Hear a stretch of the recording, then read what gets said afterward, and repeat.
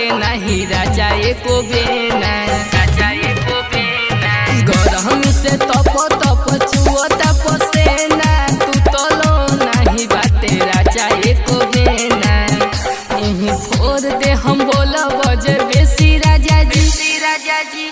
हरामा में लगावा दो एगो एसी राजा जी, हरामा में लगावा दो एगो एसी राजा जी।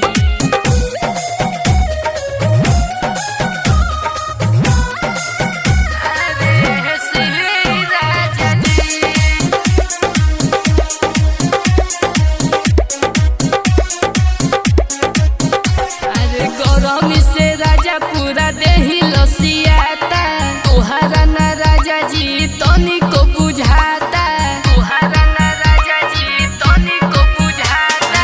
गरमी से राजा पूरा देही लसियाता तुहरा ना राजा जी तनी को बुझाता। अरे पैसा के करना कंजूसी राजा जी, राजा जी। हरामा में लगावा दो एगो एसी राजा जी, हरामा में लगावा दो एगो एसी राजा जी।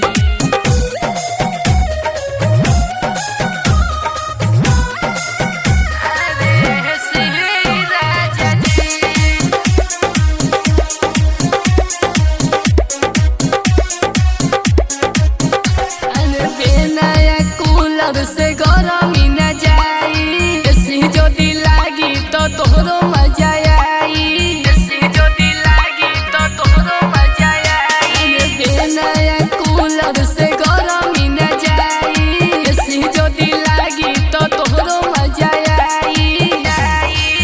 हम देवरा के भेजी राजा जी, राजा जी। हरामा में लगावा दो एगो एसी राजा जी,